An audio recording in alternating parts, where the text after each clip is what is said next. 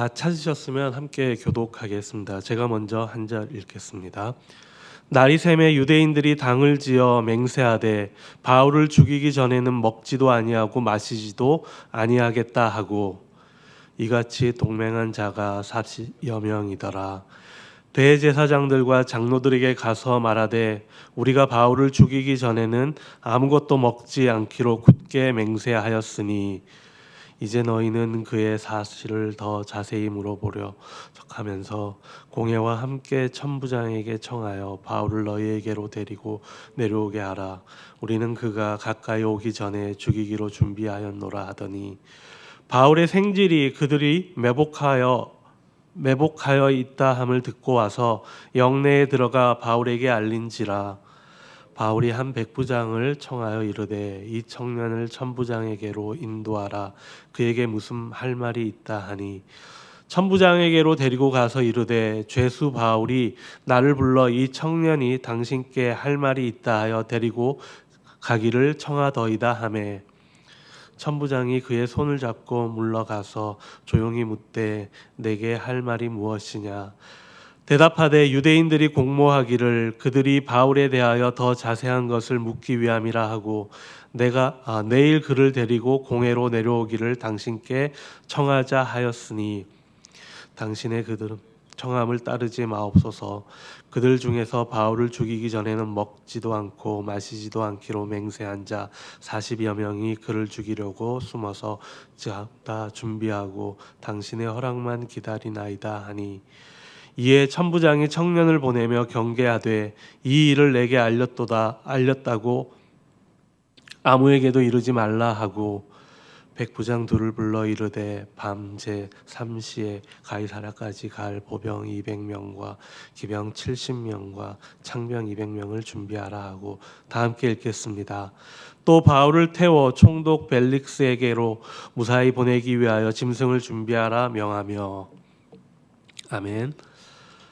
바울이 사내들린 공회 앞에서 변론하는 중에 바리새파와 사두개파 사이에 분쟁이 일어나게 됩니다. 그러자 로마의 시민권자인 바울은 로마 천부장의 보호 아래 로마 군대 막사로 다시 피신하게 됩니다. 이렇게 날이 새자 예루살렘의 유대인들 중 일부가 극단적인 결의를 합니다. 12절 13절 말씀입니다.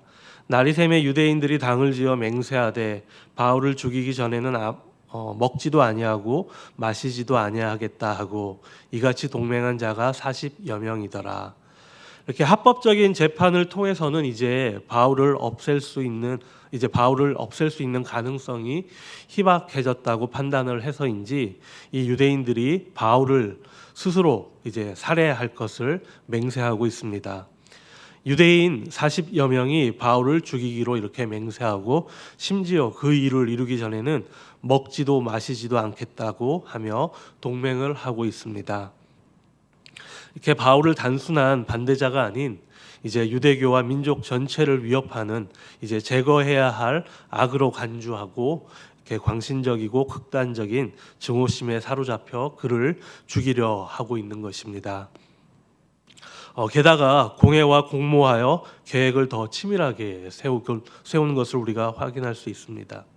14절 말씀 보게 되면은 대제사장들과 장로들에게 가서 말하되 우리가 바울을 죽이기 전에는 아무것도 먹지 않기로 굳게 맹세하였으니 이제 너희는 그의 사실을 더 자세히 물어보려 하는 척하면서 공회와 함께 천부장에게 청하여 바울을 너희에게로 데리고 내려오게 하라.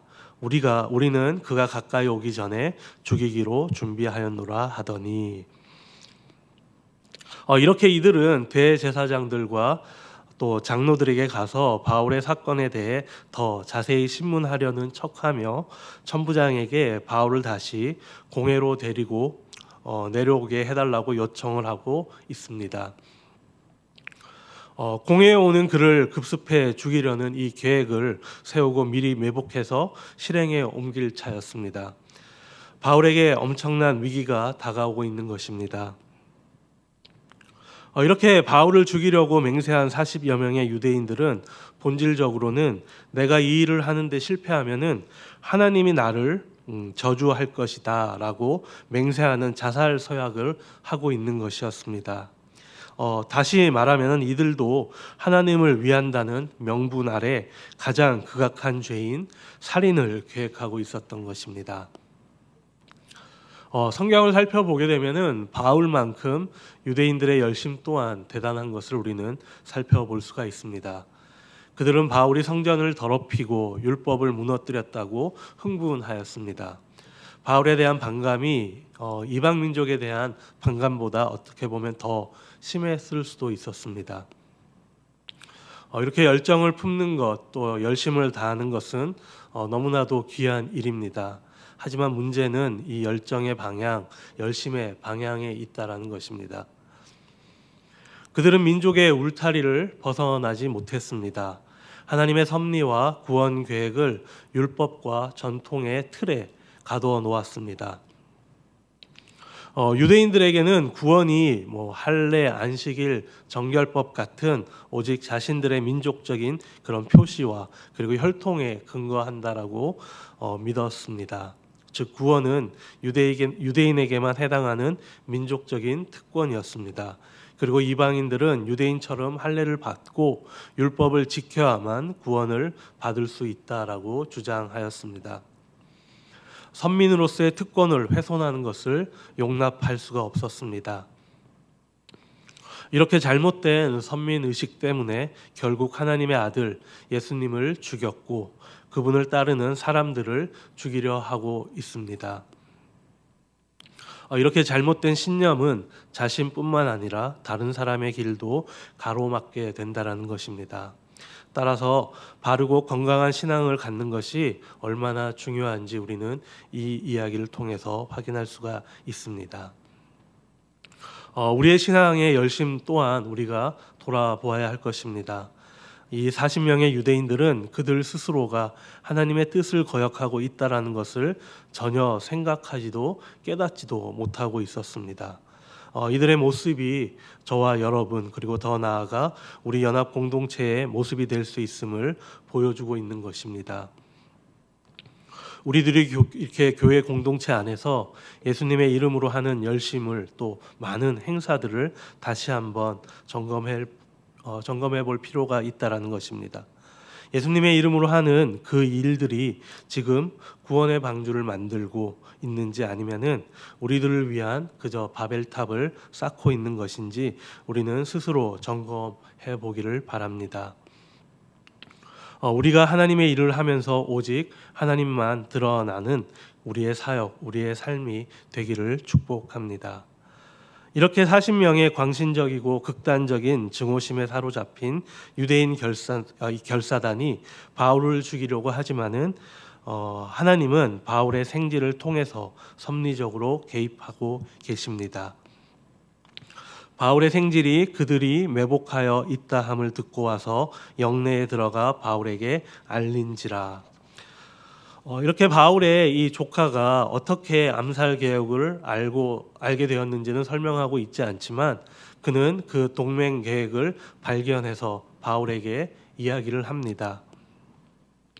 바울의 생명을 구한 것은 특별한 천사의 출현이나 기적이 아님을 우리는 볼 수가 있습니다.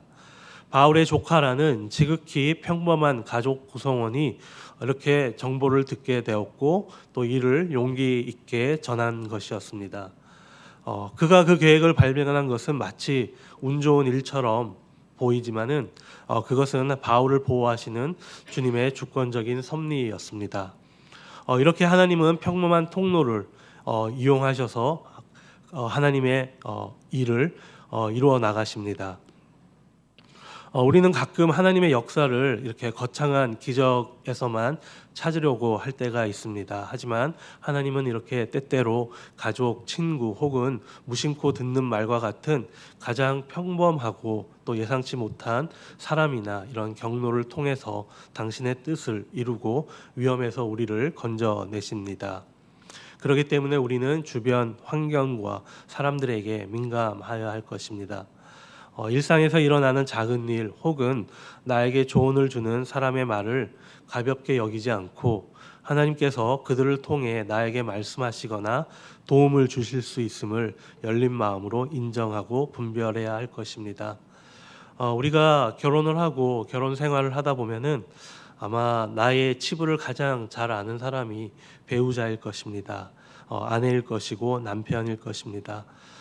그들의 입을 통해서 나오는 말들이 정말 때로는 정말 나의 마음을 전곡을 콕콕 찌르는 그런 잔소리처럼 들릴지 모르지만은 어떻게 보면은 나의 배우자를 통해서 하나님께서 나에게 이렇게 말씀해 주실 때가 많음을 이렇게 가끔씩 경험하게 됩니다.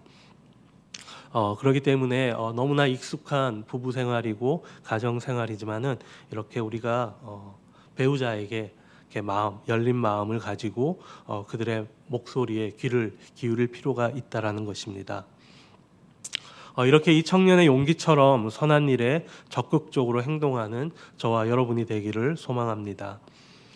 이렇게 하나님을 대적하는 40명과 또 하나님이 사용하시는 이 한 사람 바울의 생지를 우리가 보았습니다. 아이러니한 것은 그 40명의 결사단 또한 하나님을 위해 하나님의 이름으로 바울을 죽이려 한다는 것입니다. 하지만 정작 그들이 하나님의 대적자로서 서 있음을 깨닫지도 알지도 못하고 있는 상황입니다. 하나님은 이렇게 바울의 조카라는 예상치 못한 통로를 통해서 그들의 음모를 발각시키셨습니다. 그리고 이방인인 로마의 천부장은 이 상황의 위급함을 깨닫고 또 바울을 안전하게 예루살렘에서 탈출시키기로 결정을 하게 됩니다. 천부장은 백부장 둘을 불러서 밤 제3시 즉 오후 9시경에 출발할 호송대를 준비시킵니다.